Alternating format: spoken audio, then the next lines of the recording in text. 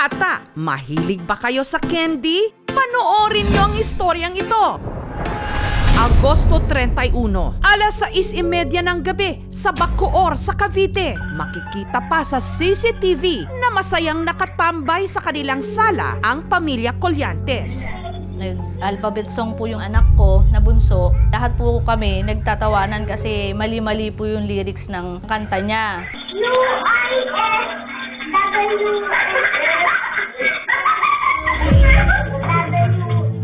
Pero ang tawanan, napalitan ng pangamba nung ang anak ni Jonabel na si Paco biglang tumakbo. Lumabas po siya, akala namin magtatapon lang. Paglabas po niya, bigla po siyang tumakbo sa akin. Si Paco, sumisenyas na hindi siya makahinga. Iba na po yung mukha niya, talagang umiiyak na parang maitim. Dito na nila napagtanto na may bumara sa lalamunan ni Paco. Iba po yung itsura niya, na yung mata niya, iba yung mukha.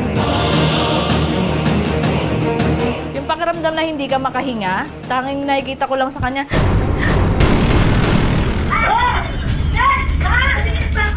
Ang bumara sa lalamunan ng bata ang hamak na makukulay at matatamis na candy. Parang ako po yung nagdala ng kapahamakan sa anak ko.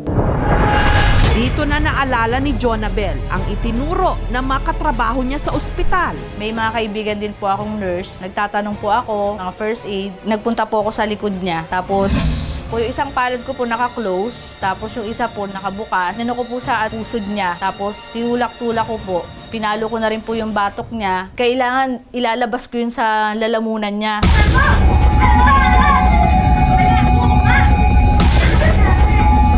Hindi pa rin nailuluwa ni Paco ang candy. Pinasok ko yung daliri ko po. Medyo nasa bukana na po yung candy. Kaya po siya nasuka. Pagtusok ko ng lalamunan niya, nakapako yung candy. Sabay tumalsik pag suka po niya.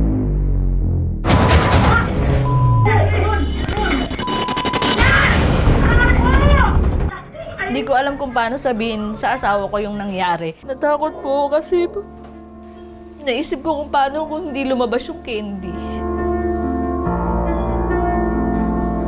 Baka maabutan na lang ng asawa kong walang buhay yung anak ko. Pero kung dati naman nang kumakain ng candy ang mga anak ni Jonabel, bakit sa pagkakataong ito, nabulunan si Paco? Nung kumain po kasi ako ng candy, sinunod-sunod ko po kaya po na-choke po ako. 5 po para mabilis ko po matapos yung candy. Hindi po makahinga, tsaka namumula na po ako.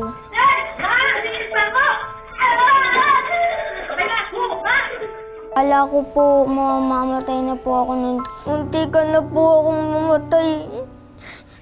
Takot na takot po ako.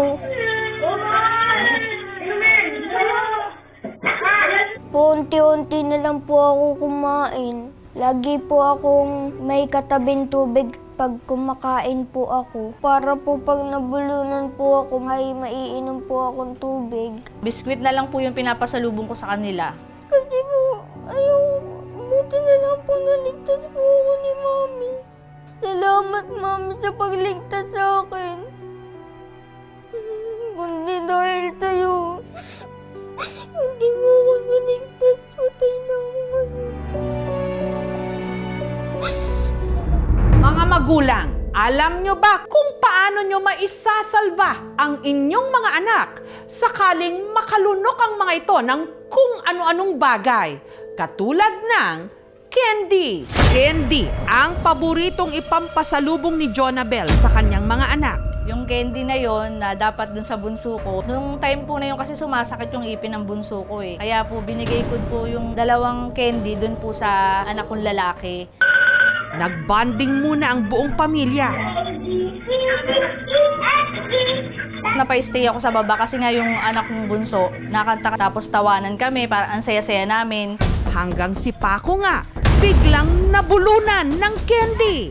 Sobrang takot ko po kasi ako po yung nagsalubong ng candy sa kanya eh. Kumbaga parang ako po yung nagdala ng kapahamakan sa anak ko. Dito na naalala ni Jonabel ang itinuro na makatrabaho niya sa ospital. May mga kaibigan din po akong nurse. Nagtatanong po ako, mga first aid. Nagpunta po ako sa likod niya. Tapos po yung isang palad ko po naka-close. Tapos yung isa po nakabukas. Nano ko po sa pusod niya. Tapos tinulak-tulak ko po. Pinalo ko na rin po yung batok niya. Kailangan ilalabas ko yun sa lalamunan niya.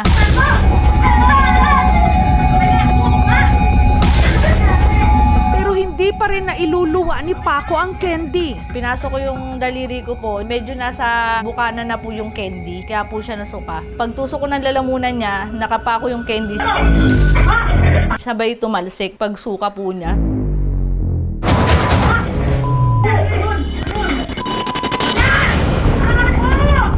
Si Paco, himalang nakaligtas.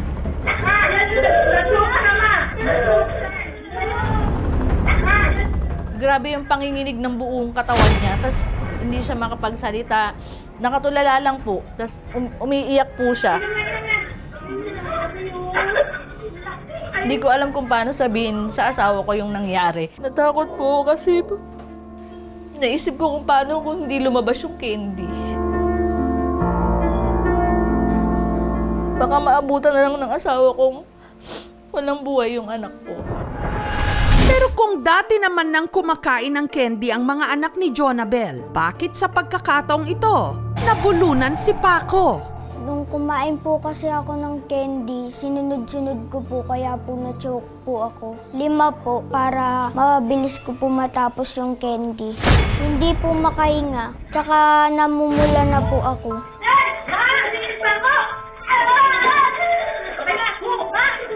Kala ko po mamamatay na po ako nun. Munti ka na po akong mamatay. Takot na takot po ako. Unti-unti na lang po ako kumain. Lagi po akong may katabing tubig pag kumakain po ako. Para po pag nabulunan po ako, may maiinom po akong tubig. Biskwit na lang po yung pinapasalubong ko sa kanila. Kasi po, buti na lang po naligtas po ako ni Mami. Salamat, Mami, sa pagligtas sa akin. Kundi dahil sa'yo, hindi mo ako naligtas. Patay na ako ngayon.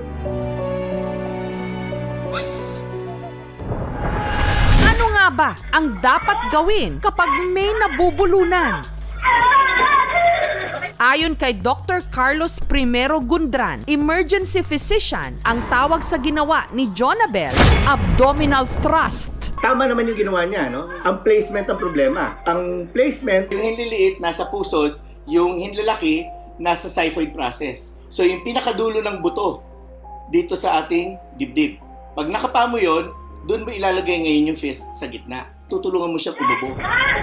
Pumwesto ng maayos sa likuran. Yung paa mo, fighting stance, no? Yung isang paa mo nasa gitna ng dalawang paa ng pasyente, and then yung kamay, no? Isang palm, clenched fist, no? Kamao. Yung hinliliit, hahanapin mo yung pusod. Yung hinlalaki, hahanapin mo yung xiphoid process, and doon mo ngayon, ipoposition yung kamay mo for the abdominal thrust. Sikarin mo ng 5 beses. 1, 2, 3, 4, 5. Tignan mo kung tumalsik na o hindi. Pwede mong lagyan ng backloss. 1, 2, 3, 4, 5. And then palit-palit lang hanggang tumalsik. E paano kayo kung ikaw ay nabulunan? Ikaw ay mag-isa. Tumayo ka sa edge ng sopa, ng lamesa o ng silya, ibagsak mo yung sarili mo doon. Ang nabubulunan, huwag daw munang bibigyan ng tubig. Baka hindi sa tiyan dumiretso yung tubig, baka pumunta sa baga. Kung natanggal man siya, dinadala pa rin natin ang pasyente sa ospital. Bakit? Yung Heimlich maneuver, nakaka-damage nga ng liver.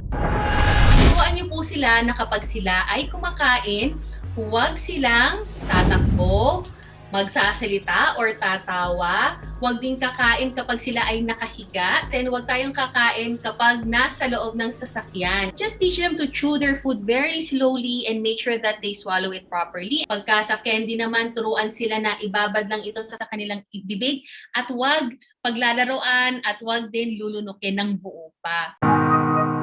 Pag kumakain po, dapat po hindi muna nagsasalita o kaya natawa. para na rin po hindi kayo mabulunan. Huwag po kayong matakot sa candy. As long as you give yung mga candy sa mga bata in moderation and you follow the different preventive tips para maiwasan ang choking.